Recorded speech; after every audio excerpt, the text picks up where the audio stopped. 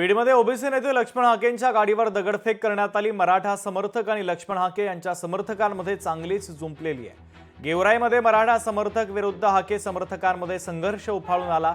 वादग्रस्त विधानानंतर लक्ष्मण हाके गेवराईमध्ये पोहोचलेले होते। बीडच्या गेवराईमध्ये लक्ष्मण हाकेंचा पुतळा देखील जाळण्यात आला। बीड जिल्ह्यामध्ये गेवराई येथे जो झालेला प्रकार आहे हा प्रकार अत्यंत चुकीचा आहे, अशोभनीय आहे। ही बाब अत्यंत लाजिरवाणी आहे।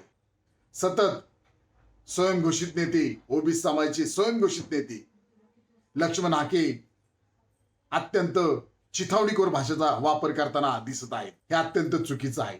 म्हणूनच रिपब्लिकन पार्टी आपल्या खरात पक्षातर्फे आम्ही महाराष्ट्र राज्याचे माननीय मुख्यमंत्री देवेंद्र फडणवीस साहेब आपणास मागणी करत आहे की लक्ष्मण हाके यांना तात्काळ अटक करा। अरे भ्याड हल्ला काय करतो लपून छपून?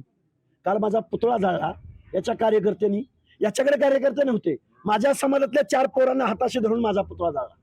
मला माझ्या समाजातल्या लोकांच्या मनातली दहशत कमी करण्यासाठी मी गेवराईच्या छत्रपती शिवाजी महाराजांच्या चौकामध्ये आलो, तर या माणसांनी बिल्डिंग मधून टपऱ्या आडून, दुकानं आडून माझ्यावरती दगडफेक केली।